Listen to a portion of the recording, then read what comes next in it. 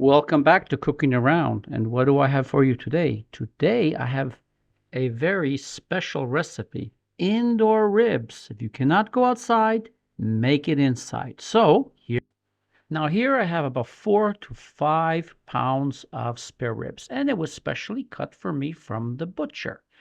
And we're going to make a delicious, awesome sauce to go with this, with all these goodies. And the best thing is this is all going to be made in your house, not outside on the barbecue.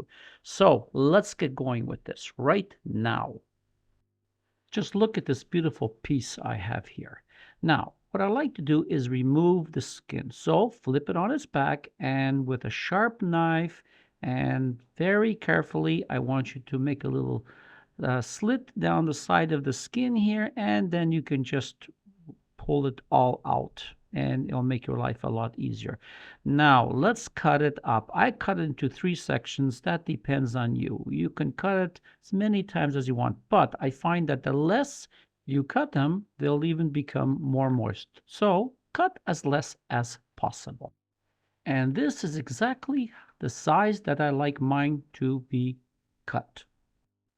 Add a little bit of olive oil, but you don't have to use too much. And get here about 3 to 4 cloves of minced garlic, and let's put that into the pan to start. Add about 2 tablespoons of onion flakes, not minced, but flakes. Add about 2 to 3 tablespoons of mustard, and you can use any mustard that you like.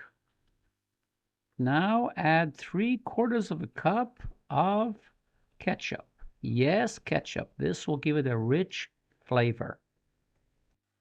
Add 1 to 2 teaspoons of sweet paprika and chili powder.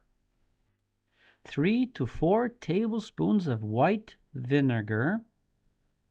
1 teaspoon of Worcestershire sauce or your favorite meat sauce. Now here comes the secret. 1 cup of chicken broth or pork broth. Now for me, I want it hotter, so I'm adding 1 teaspoon of pepper flakes. Here we go, and to pull it all together, 3/4 of a cup of brown sugar, and this will give it its maximum sweetness. Now increase the heat and let's start to reduce it. So this will take anywhere from 10 to 15 minutes, and here you can see the sauce is ready to go. Now here is the slow cooker that I'm using. I put a drop of oil and I'm stirring the oil all over the place so nothing will stick. Put your spare pieces inside and let's just smooth it around to get it coated with oil. This way it's going to have a better flavor and nothing is going to stick anywhere. Okay, we're getting there. Now grab your sauce and I want you to put half of the sauce right into the bowl like this. And now I want you to take the spare ribs and I want you to move them around until everything is coated perfectly with the sauce. And this is exactly what I want. Now cover it and put it on low, and it will take about 8 to 10 hours. Okay, now it's almost 10 hours, so let's see how it looks. Boy, that really looks good, but we're not done. Now I want you to take all the ribs and put it on an open rack like this and separate them and don't pile them on top of each other. Now grab your delicious sauce and start pouring it very generously on top of the spare ribs. And this way they're just going to soak into that meat. And let's just rub it right in like this. And now turn the ribs upside down and let's rub some more of that delicious sauce on top of it.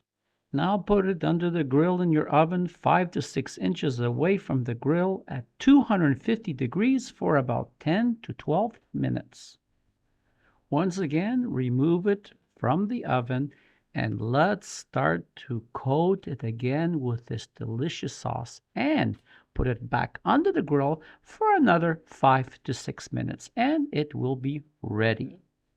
Well, here comes the famous taste test. And of course, my fiance said that she's hungry and she cannot wait, so she wants to try it. So look at this.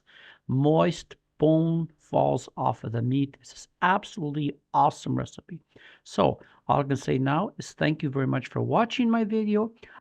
I hope you're watching my other videos, but for now, it's goodbye from Tony and Ella and Cooking Around.